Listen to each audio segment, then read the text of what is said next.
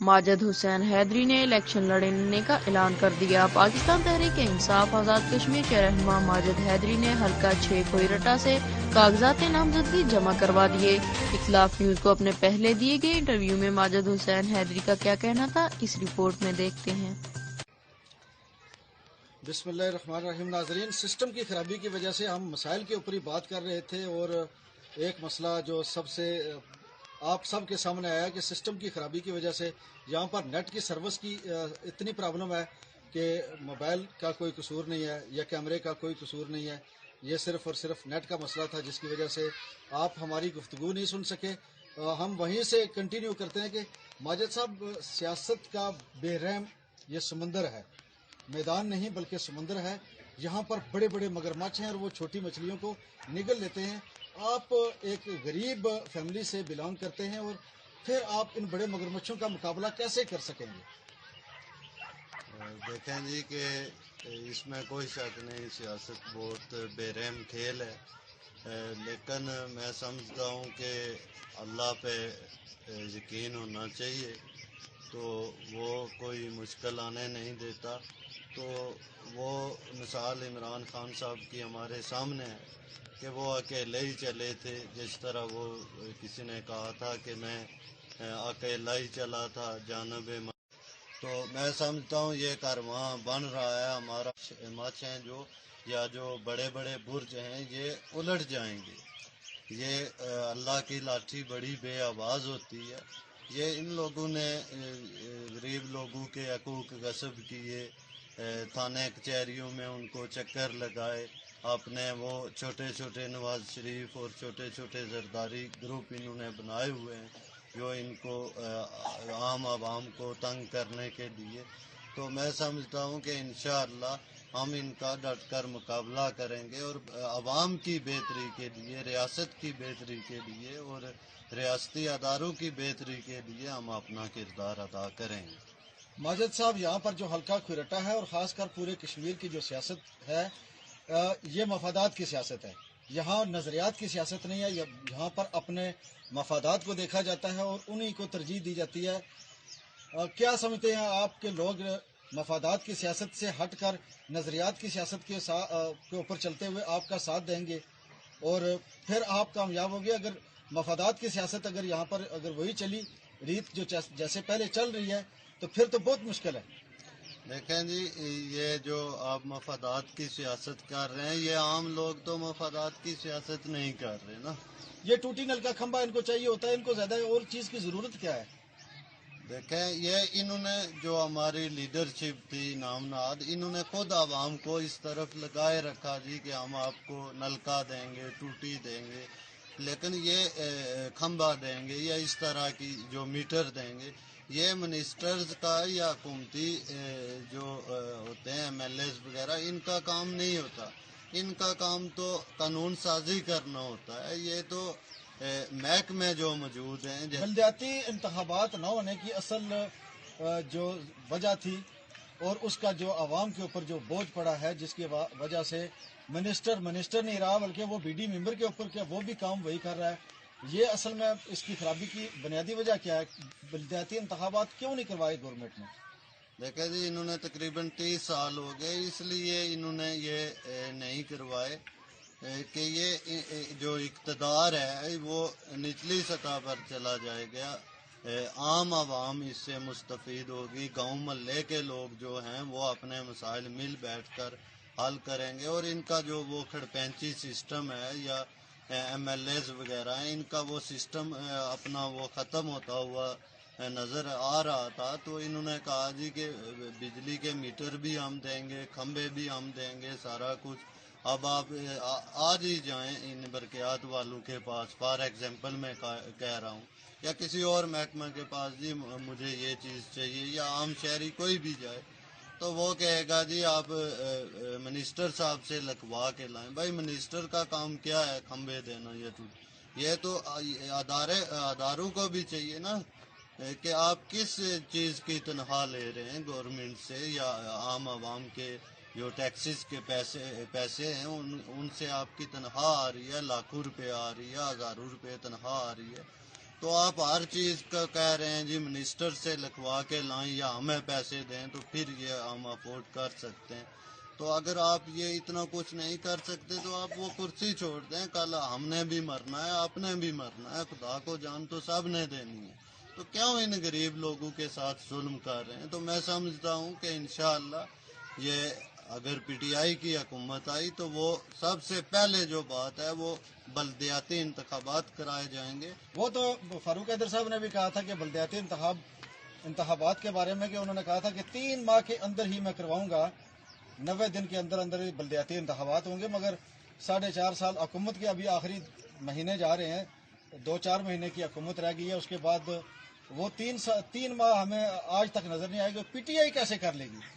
دیکھیں جی, یہ فاروق حیدر صاحب ہیں اور ادھر پی ٹی آئی ہے. ظاہر ہے وہ اپنے لیڈر کے نقش قدم پہ چل رہے ہیں نا. ایسا تو نہیں ہوگا کہ جیسا رونا رویا جا رہا ہے پاکستان میں کہ لوٹ گئے, کھا گئے, چور ہیں, ڈاکو ہیں, انہوں نے ملک کا پیسہ کھا لیا ہے, میں قرضے اتار رہا ہوں. تو یہاں پر جس وقت پی ٹی آئی کی حکومت بنے گی تو آپ کہیں گے بلدیاتی انتخابات کیسے کروائیں, ہمارے پاس فنڈ نہیں ہے, پہلے ہی یہ زیادہ فنڈ لے چکے ہیں, ہمارے پاس وسائل کم ہیں. پھر وہ جو ہمارا منسٹر ہوگا وہ ایک کونسلر کی حیثیت سے وہ کام کرے گا, ہوگا منسٹر ہی. تو آپ ایسے سیٹ اپ سے خوش ہیں اور اس سیاست میں, اس حکومت میں جانا پسند کریں گے؟ دیکھیں جی, میں تو ایسے سسٹم سے یا ایسے جو نظام ہے اس کے تو بالکل خلاف ہوں. اور میں سمجھتا ہوں کہ اگر ہمارے ہاں بھی ایسا سسٹم چلا تو ہم ان لوگوں کی طرح چپ تو نہیں بیٹھ سکتے نا. آپ ریزائن لکھ کر وہاں پر ٹیبل کے اوپر رکھ دیں گے جی کہ مجھے ایسی حکومت سے توبہ, میں یہ ریزائن لکھ کے رکھتا ہوں, میں نہیں کرتا ہوں. اگر آپ نے ایک منسٹر سے یہ کام لینا ہے تو پھر رکھیں اپنے پاس. دیکھیں جی, میں تو یہ جو آپ نے مشکل سوال کیا ہے ریزائن کی بات تو دور کی بات ہے, ہم سسٹم کے اندر رہ کر ہی لڑنے والے ہیں. اور ویسے میں ایک کہتا ہوں کہ اخلاقی جرت ہوتی ہے انسان کے اندر, اس کے اندر ایک غیرت ہوتی ہے, اور ہر انسان کے اندر جب تک یہ 2 چیزیں جرت اور غیرت ہے تو وہ بہادری کے کام کرے گا اور دلیرانہ کام کرے گا. جب یہ 2 چیزیں ختم کر دیتا ہے انسان کے اندر, یا ایک چیز ختم ہو جاتی ہے, بزدل ہو جاتا ہے. یہ وزارتیں آنی جانی چیزیں, اقتدار آنا جانا چیز ہے. آج آپ کے پاس ہے, کل میرے پاس ہے, کل کسی اور کے پاس ہوگا. مگر بندے کے جو ایک ٹھوس جو فیصلے کیے ہوتے ہیں اس نے دلیرانہ, وہ اس کو تاریخ میں ہمیشہ اس کو زندہ رکھتے ہیں. آپ ایسی تاریخ رقم کرنا چاہیں گے پھر؟ انشاءاللہ یہ اقتدار جو ہے یہ تو اس کے لیے تو یہ مرنے مٹنے کے لیے تیار ہو جاتے ہیں. ہم تو اس پہ ایسی باتوں پہ یقین نہیں رکھتے ہیں کہ اقتدار کے لیے یہ بھی کر دیں, وہ بھی کر دیں, غیرت بھی ختم کر دیں, ضمیر فروشی بھی کر دیں یا کروا دیں سارا کچھ. ایسی سیاست پہ تو لعنت بھیجنی چاہیے. اور انشاءاللہ یہ آپ دیکھیں گے کہ یہاں پہ بالخصوص جو نوجوان ہیں وہ اپنا کردار ادا کر رہے ہیں, جس طرح میں ہوں یا دیگر دوست ہیں ہمارے. تو وہ تبدیلی کا نعرہ جو ہے وہ یہ نہیں کہ صرف ہم بس نعرہ ہی لگاتے رہیں گے. تبدیلی سسٹم میں لانی ہے. بلدیاتی انتخابات ہر 2 صورت ہوں گے اور ہونے بھی چاہیے. اگر یہ نہ کرا سکے تو ہم ان کے ساتھ تو نہیں چل سکتے نا. ٹھیک ہے, ہم کہتے ہیں عام لوگ اقتدار کی بھی کسی کو 1% بھی مجھے یہ نہیں جی کہ مجھے اقتدار ملے, میرے پاس یہ ہو وہ. ٹھیک ہے, جو بھی ہے جتنا بھی ہے میرے پاس الحمدللہ. میں یہ آپ بھی دیکھ رہے ہیں, پریس کانفرنسز ہو رہی ہیں, دیگر معاملات, یہ کیا کچھ کر رہے ہیں. ٹھیک ہے, یہ لوگوں کے حقوق غصب کر رہے ہیں, سارے معاملات کر رہے ہیں صرف اپنی اقتدار کو دوام بخشنے کے لیے. جیسا وہ یزید نے نواسہ رسول اور دیگر ان کے ساتھیوں کو شہید کر کے اقتدار کے لیے کیا تھا, تو بعد میں اس کا بیٹا جب آیا تو اس نے تو لعنت مار دی بھائی کہ تم نے کیوں ایسا کیا, سرکار کے نواسے کو قتل کر. دیکھیں یہ ضمیر کا معاملہ ہوتا ہے. ضمیر جس کا زندہ ہے وہ تو اقتدار کے لیے سب کچھ قربان تو نہیں کرتا نا, وہ اپنے حق کے لیے لڑتا ہے. اور میں سمجھتا ہوں کہ حق دیا نہ جائے تو چھیننا بھی جائز ہے. صداقتوں کی حد تک ہے طلب کیے جانا. ماجد صاحب, ایک چیز جو میں ہر بندے سے جو سوال کرتا ہوں جو حلقہ کھریٹا کی نمائندگی کرتا ہے, اور اس سے میں یہ سوال پوچھنے کا حق محفوظ رکھتا ہوں, بحیثیت شہری کھریٹا کے